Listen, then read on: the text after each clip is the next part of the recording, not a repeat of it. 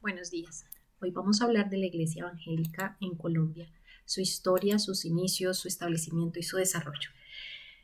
Hubo unos inicios de intentos en la época de 1528 a 1700, que fue cuando se generó la Reforma Protestante en Europa, y llegaron algunos misioneros reformadores luteranos holandeses que intentaron traer el Evangelio.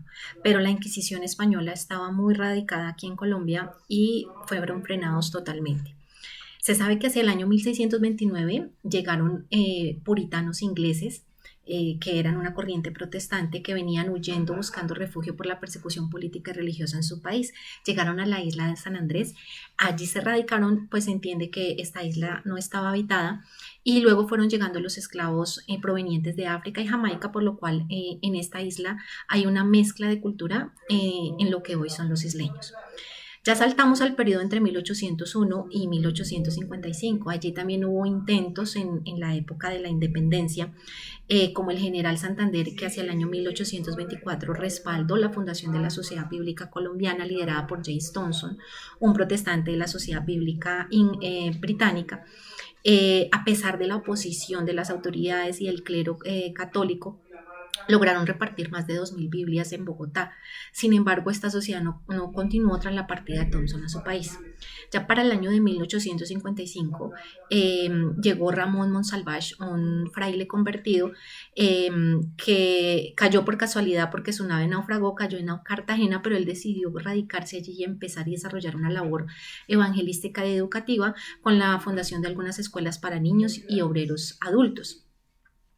Al siguiente año, 1856, llegó a Cartagena el doctor Prat, un misionero enviado por la iglesia presbiteriana, y como encontró que en Cartagena ya había una obra, se fue hacia el centro del país, a la capital, a Bogotá, y allí radicó su misión. Al poco tiempo le enviaron refuerzos, llegó el misionero, el señor Duffield, y entre los dos reanudaron la labor con la sociedad bíblica. Lograron imprimir más de 5.000 ejemplares ya un año después, para el 1857, del Nuevo Testamento, y se vendieron súper rápido.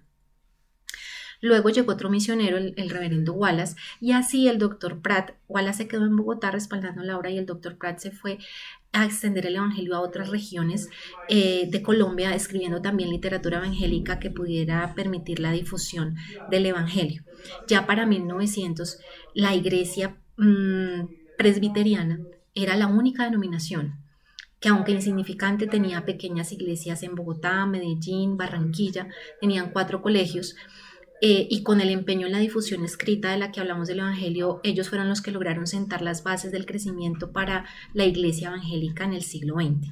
Entonces pasamos ya al periodo de 1900 a 1930. En estos 30 años fue difícil la formación de nuevas iglesias protestantes por el gobierno conservador. Ponían muchas trabas. Sin embargo, la iglesia presbiteriana siguió creciendo. Para 1912 tenían arrendados varios predios donde funcionaba una imprenta, una librería, tenían un centro médico. Y para 1923 habían fundado más iglesias y escuelas en Cundinamarca, Tolima, Barranquilla, Santa Marta. En estos 30 años también empezaron a llegar diferentes agencias misioneras a diferentes lugares, como Cali, Cartagena, Pasto, Ipiales, y es importante allí mencionar algunas. La primera es la Alianza Cristiana Misionera, que envió diferentes misioneros desde 1925, trabajaron buscando los lugares más necesitados, entonces llegaron a muchos departamentos y fundaron un instituto bíblico en Armenia y lograron expandirse porque llegaban gran número de misioneros por esta alianza.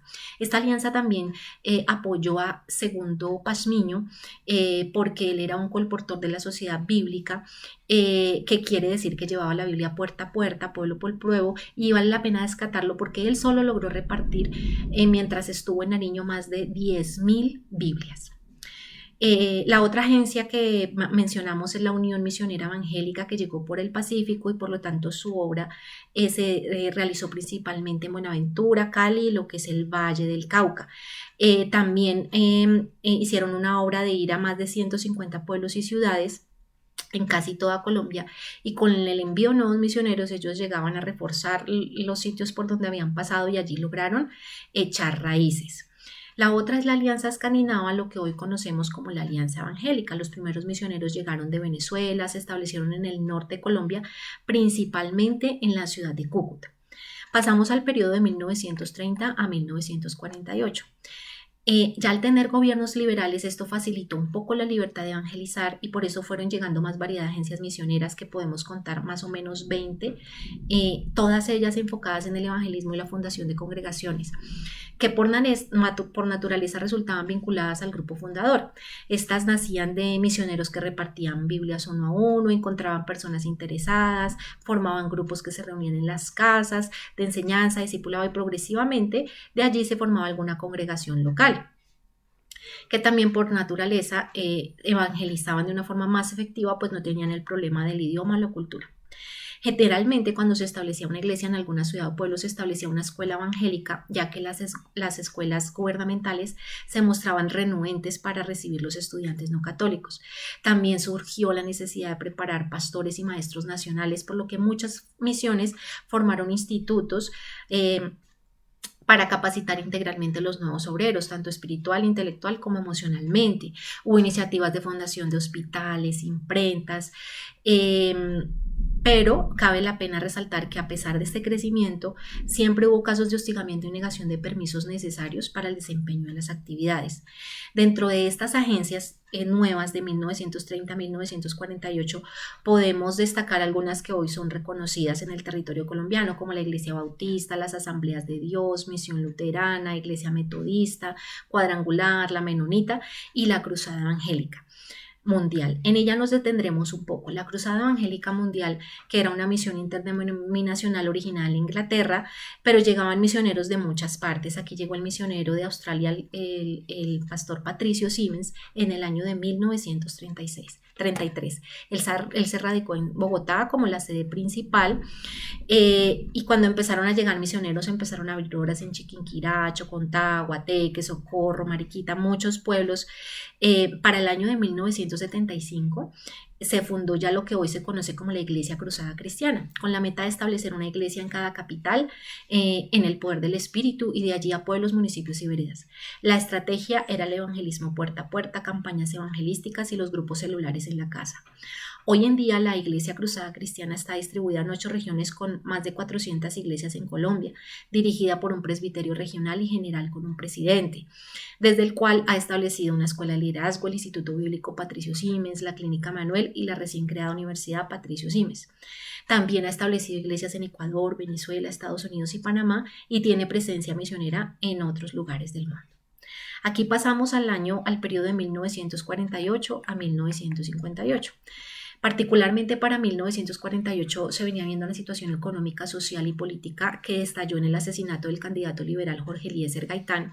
Él promovía un movimiento no partidista que favorecía a los desposeídos, a los obreros, a los campesinos, a la clase media. Entonces, al ser asesinado, se desató una ola de violencia sumado a las elecciones de 1950, donde ganó un conservador. Entonces allí nacieron los grupos guerrilleros y a la vez los dirigentes de los partidos, el gobierno, la policía y la Iglesia Católica tenían también gran responsabilidad en los crímenes y atropellos. Para el año de 1953, cuando el general Rojas Pinilla toma el poder, parece solucionarse el estado de violencia. Sin embargo, en medio de todo esto, lo que pasaba realmente era que todo el que pensara diferente ya era raro y había mucha confusión entre el protestantismo y el comunismo, se les asociaba como algo igual, por lo tanto los protestantes sufrieron mucho hostigamiento, actos de violencia contra ellos, tanto que en septiembre de este año de 1953 el gobierno declaró o mandó a los gobernantes departamentales prohibir toda actividad religiosa no católica y expulsar a los pastores y ministros, y en 1956 el ministro de Educación declaró que el protestantismo abría el camino al comunismo. En las zonas rurales cualquier liberal, comunista, protestante o extranjero estaba en la categoría de enemigo. Las causas de esta persecución a la Iglesia Evangélica Protestante eran tanto religiosas como políticas y era imposible separarlas, tanto que muchos sacerdotes tomaron parte activa incitando a la violencia por medio de sus sermones y varios de forma más activa llevando a los grupos católicos a atacar a los protestantes y sus propiedades. Usaban su autoridad y la fe de las personas para implantarle la idea de que los protestantes eran una herejía y un engaño y que no había que dejarlos. Algunos párrocos, sin embargo, también por su parte defendieron principios de tolerancia, hicieron lo posible pues para evitar esos ataques y esos enfrentamientos. Ya para 1957 comenzó a ceder un poco la política, la violencia política religiosa en Colombia. Sin embargo, vemos que los resultados de esta violencia, a pesar de que en la Constitución colombiana establecía que había libertad de culto, estos no se vivían en la práctica. Entonces vemos que como resultado hubo muchos niños y jóvenes protestantes que fueron privados del derecho a la educación porque no eran recibidos o eran obligados a cumplir con amenazas a los ritos o con actos de violencia, insultos verbales. También fue negado el permiso para la sepultura en los cementerios, si se era evangélico, pues pertenecían a la Iglesia Católica. Otro resultado fue la migración o desplazamiento forzado de muchas zonas, de muchas familias, especialmente en las zonas rurales, a ciudades donde no había tanta violencia. Pero también se despertó un liderazgo nacional a raíz de esta violencia porque se unieron, debido a las restricciones, nacieron nuevos misioneros y nuevos líderes nacionales que tomaron la dirección en las congregaciones. Se fomentó la solidaridad entre los evangélicos, se organizaban jornadas nacionales de oración, y también se formaron muchos grupos de oración locales. Finalmente, para 1957 cae el general Rojas Pinilla, se conforma el Frente Nacional al siguiente año y los años difíciles de la violencia cesan para la Iglesia Evangélica, saliendo con ánimo para seguir adelante, convencidos de la enseñanza de la palabra y de seguir adelante con la Gran Comisión. Vamos ya entonces al periodo de 1958 hasta 1993. Este periodo ya fue un constante y firme crecimiento en la propagación del Evangelio. Se formaron muchas iglesias y denominaciones con muchas actividades que promovían el cristianismo en todas las edades, estratos y áreas. Entonces, esas estrategias o esas sus cosas que sucedieron, actividades, tenemos que mencionar, por ejemplo, que los evangélicos incursionaron en la política, que se fundaron nuevos colegios aprobados por el Ministerio de Educación, centros de estudio bíblico, universidades cristianas, envío de misioneros a tribus indígenas y a otros países. Y se logra ver ya para la actualidad como el resultado de la siembra y de lo que en algún momento se veía como insignificante, o de la lucha, las muertes y los sacrificios que en algún momento no se les veía luz, que no valían la pena, sí lo han valido, pues gracias a la valentía, constancia y persistencia de todos los que pasaron por esto y que construyeron esta historia. Hoy las nuevas generaciones hemos tenido la oportunidad que el Evangelio y la verdad lleguen a nosotros y no seguir ciegos y perdidos, sino con la esperanza viva y el ánimo de seguir construyendo la historia que Dios quiere que escribamos en Colombia.